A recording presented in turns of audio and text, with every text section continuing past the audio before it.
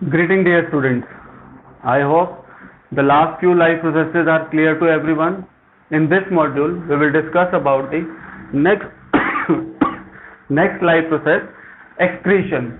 As the name suggests, excretion, to remove something. We are discussing about the life processes.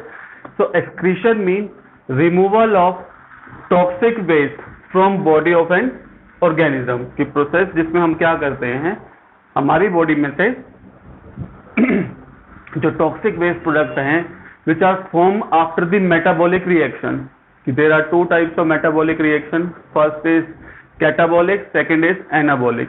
Catabolic में क्या होता है, बड़े molecule जिसको हमारी बॉडी छोटे मॉलिक्यूल में ब्रेक डाउन करती है. एनाबॉलिक अपनी रिक्वायरमेंट के अकॉर्डिंग छोटे मॉलिक्यूल्स को किस में कन्वर्ट करती है, बड़े मॉलिक्यूल में. मतलब एनाबॉलिक में हम जनरली बॉडी क्या करती है, बड़े बड़े प्रोटीन के मॉलिक्यूल और दूसरी चीजें बनाती है ताकि बॉडी की ग्रोथ हो सके. एंड कैटाबॉलिज्म जो रिक्वायरमेंट के अकॉर्डिंग ब्रेक डाउन करती है तो उसको हम क्या बोलते हैं, catabolism. But simply collectively they are both called come under the category of metabolism. की जो अलग अलग केमिकल रिएक्शन, केमिकल प्रोसेसेस हमारी बॉडी के अंदर चलती हैं, they are under the term metabolism.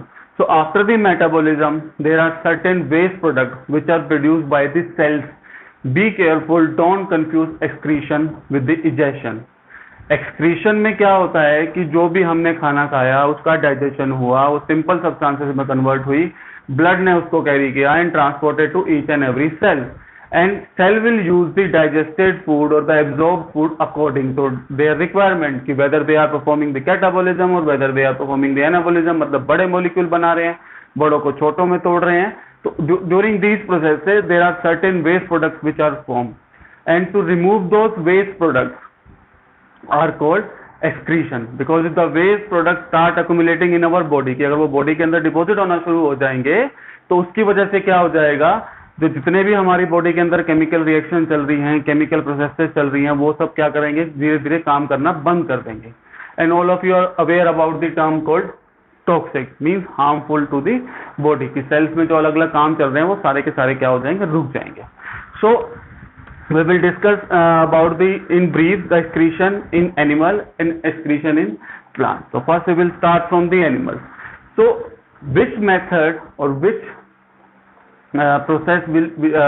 which method is used for the excretion by the animal depend upon the type of animal. For example, in case of unicellular organism, की जो single cell वाले organism होते हैं उनको generally कोई complex system की जरूरत नहीं होती. Means during the nutrition in amoeba we discuss कि अमीबा एक यूनिसेलुलर ऑर्गेनिज्म है, उसको अपनी बॉडी में से वेस्ट को रिमूव करना है तो it generally use the contractile vacuole. जैसे फूड वैक्यूल तो अंदर लेके आता है, डाइजेस्ट करता है, उसके बाद वेस्ट होता है उसको बॉडी में से बाहर निकाल देता है for the other waste. But generally for the gaseous waste, gaseous waste मतलब रेस्पिरेशन तो वो भी करेंगे. And the end product of respiration is carbon dioxide. Water generally body use कर लेती है. तो end product in the cellular respiration which is generally waste for the organism is carbon dioxide. So carbon dioxide is generally removed from the amoeba cell with the helper process called diffusion. Means for the unicellular organism, the simple process which is used for the removal of waste is diffusion for the gaseous substances, and for the other waste you use the contractile vacuum. Second is earthworm. So earthworm generally it is slightly complex in comparison to unicellular like amoeba. So they use the tube-like structures and they are called nephridia, similar to the tube-like system of our human being, but they are lower organism. तो उनके अंदर एक simple सा tube-like structure होता है, that is called nephridia. And the moist skin of earthworm also behave like a excretory organ similar to us. So next is in case of insects, the Malpighian tubules. तो मेल्पिगियन tubules होती हैं जो insects वगैरह के अंदर, cockroach वगैरह के अंदर वेस्ट प्रोडक्ट को बॉडी में से रिमूव करने के लिए, एक्सक्रीट करने के लिए. For example in case of next is example in case of higher organism, for example cat, dog, cow and even in our case that is human being, kidneys.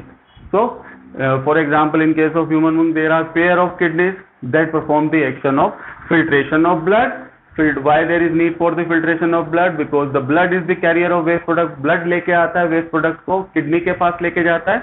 Kidney क्या करती है, उसको फिल्टर करती है, waste product को remove करती है और बॉडी में से with the help of urination process remove the waste product.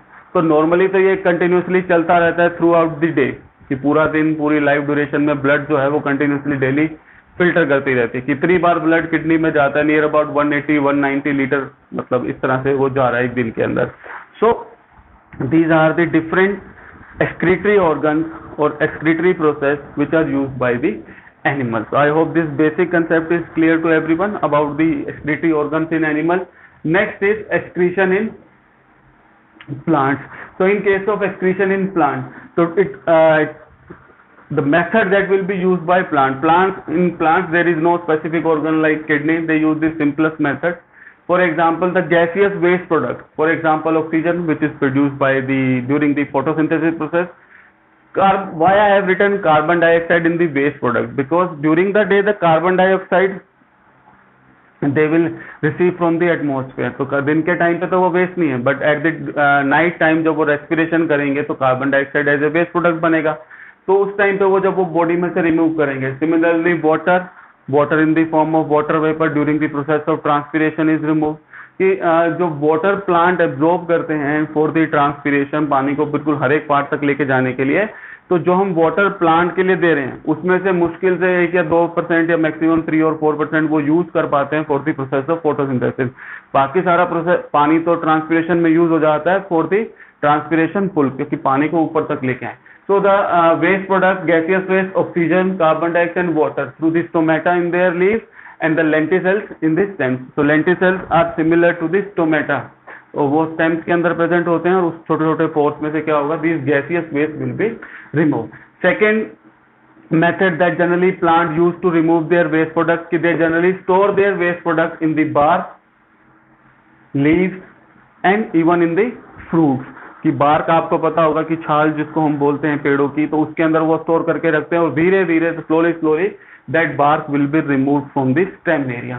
Similarly the leaves कि during the change of season, कि ड्राई सीजन जब आता है तो लीव्स जो होते हैं दे विल बिकम येलो, तो वो गिरने ही होते हैं, तो वो अपना सारा वेस्ट क्या करते हैं, they will store all their waste in the leaves and during the dry season वो अपने लीव्स को नीचे गिरा देते हैं. And even in their fruit, क्योंकि फ्रूट जब when the fruit will become ripe, पक जाएंगे तो दे विल फॉल, तो उसके अंदर वो स्टोर करते हैं. कि कई फ्रूट्स ऐसे होते हैं जिसमें कांटे से लगे होते हैं, तो उनके अंदर वो अपने वेस्ट को स्टोर करते हैं so that the waste can be remove.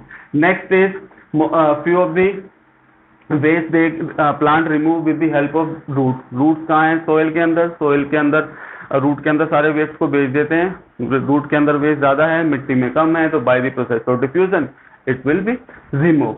So root also play a part in the excretion process. Similarly, few of the plants release in the form of gums, resins, latex. For example, rubber is an example of latex की incision करते हैं plant में, छोटा सा cut लगाते हैं, white colour का fluid निकलता रहता है, तो that we generally use commercially in the form of rubber. Similarly the essential oils की फॉर्म में उसमें से निकलता रहता है प्लांट में से, so that's how this remove. The example of gums, कि जैसे हम सर्दियों में गूंद के लड्डू खाते हैं, that गूंद is generally the gum portion. तो वो गम जो प्लांट में से कीकड़ के पेड़ में से निकलती रहती है, तो वो प्लांट के लिए तो वेस्ट है, क्योंकि वो क्या करते हैं, जो भी एक्स्ट्रा वेस्ट है उसके पास जो भी मिनरल्स हैं उनको वो उसकी फॉर्म में कन्वर्ट कर देती है और बॉडी में से रिमूव करती रहती है. तो plant use maximum waste in case of plants are generally this gaseous waste, water and all those, but the rest of the material they generally remove with the help of bark, leaf, fruit, root, gums, resin, latex. So I hope this basic criteria, basic examples of excretory organ in animal or how plant remove their waste or excretion in plant is clear to everyone. Now what are the advantages, what is the significance और क्यों जरूरी है excretion हमारे को. So first reason is to regulate the ionic concentration, because even in our case animals we consume number of ions, mineral, sodium, potassium, calcium, magnesium, कि वो बहुत ज्यादा हो जाते हैं. कई बार अगर हमने मान लो ज्यादा कंज्यूम कर लिया तो बॉडी की डिमांड से ज्यादा तो नहीं रख रहे ना बॉडी के पास, तो they generally remove with the help of filter करेंगे ब्लड को, ब्लड में जो एक्स्ट्रा होंगे आयंस वो चले जाएंगे और यूरिन के थ्रू बॉडी में से रिमूव हो जाएंगे। Second is regulate water content, कि वाटर का कंटेंट भी बॉडी के अंदर ज्यादा नहीं होना चाहिए नॉर्मल से, कि जो बॉडी की रिक्वायरमेंट है it should remain there, means the water content should be balance. So to remove the excess of water, to remove the excess of ions. Next is to regulate the pH of body. pH means the acidic or basic nature of different sites. For example, in stomach the nature is acidic, in intestine the nature is slightly alkaline.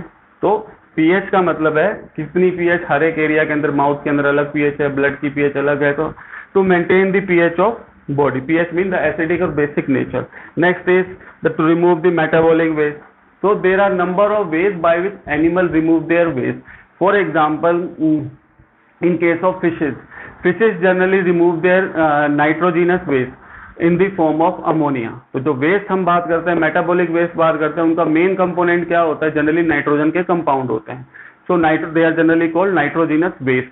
So in case of fishes, the nitrogenous waste are generally in the form of ammonia, कि सबसे simple nitrogen का compound है, ammonia बनाते हैं और body में से remove कर देते हैं. द रीजन इज क्योंकि उनके पास पानी बहुत होता है, तो वो अमोनिया को सी में रहते हैं, पानी की कोई कमी नहीं है, तो they generally remove the nitrogenous waste in the form of ammonia.